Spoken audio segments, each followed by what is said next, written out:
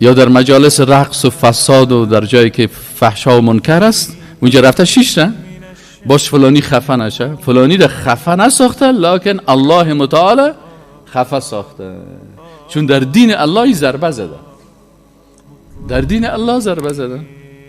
از این خاطر شما کسایی که دعوتگر هستین اگر بعضی حرکات زشت میکنین در خانه میری که من ماشاءالله تو نماز میخونم، این قسم عبادت میکنم، تفسیر میکنم، اینال باز وقتی که همراه پدرت، همراه مادرت، همراه خواهرت، همراه برادر کوچکت، همراه همسایت الفاظ زشت استعمال میکنی، در حقیقت تو دین نام بد میکنیم.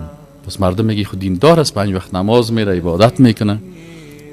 کفر کس کعبه خیزد کجا ماند مسلمانی. یک وقتی یک ریش سفید بود، بسیار خوب آدم بود، منتها یک عمل زشت داشت.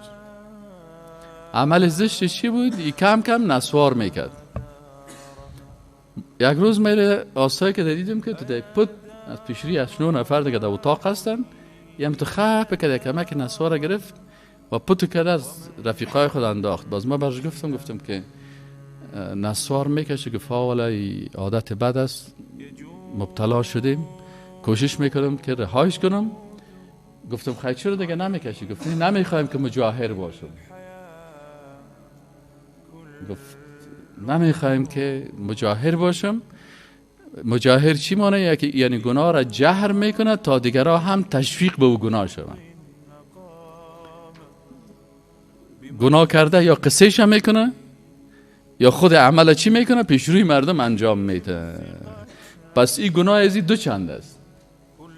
چرا ای بر مردم گناه را چی میسازه؟ خصوصا که آدم خوب آدم باشه، خصوصا خوب آدم. اینال اگر یک عامی میره رقص سیل میکنه از یک گناه میشه، اگر یک مولوی در مجلس رقص میشینه از این 2 گناه هست.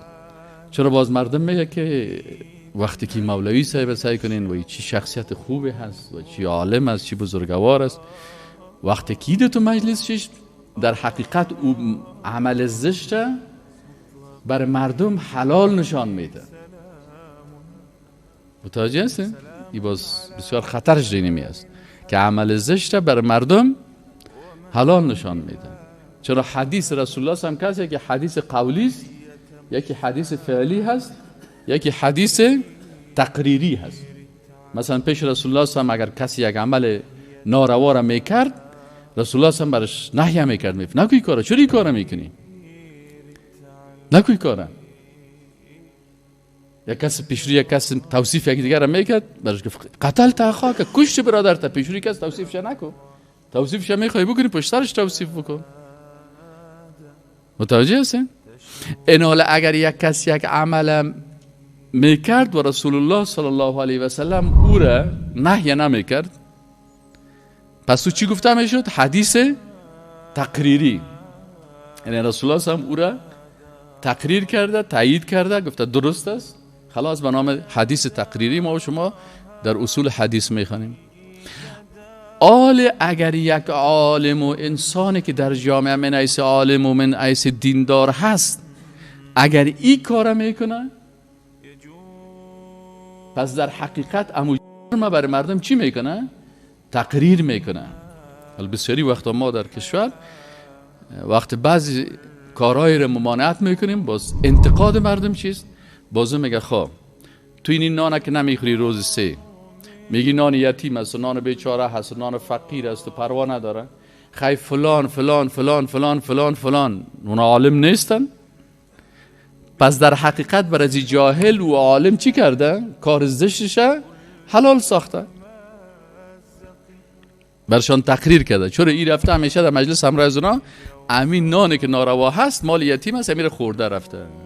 وقتی که خورده خلاص مردم میگه که البته کار خوب است. یا در مجالس رقص و فساد و در جایی که فحشا و منکر است اونجا رفته شیش نه باش فلانی خفه نشه، فلانی را خفه نساخته لکن الله متعال خفه ساخته، چون در دین الله ضربه زده، در دین الله ضربه زده. از این خاطر شما کسایی که دعوتگر هستین اگر بعضی حرکات زشت میکنین در خانه میری که من ماشاءالله تو نماز میخونم، این قسم عبادت میکنم، تفسیر میکنم، اینال باز وقتی که همراه پدرت، همراه مادرت، همراه خواهرت، همراه برادر کوچکت، همراه همسایت الفاظ زشت استعمال میکنی، در حقیقت تو دین نام بد میکنیم. پس مردم میگی خود دیندار است، 5 وقت نماز میره، عبادت میکنه. کفر که از کعبه خیزد کجا ماند؟ مسلمانی. هر چیز که میگه ترش شوه، گنده شوه، چی پرتیم؟ نمک. اگر نمک گنده شد نمک باید گنده نشد، اگر نمک گنده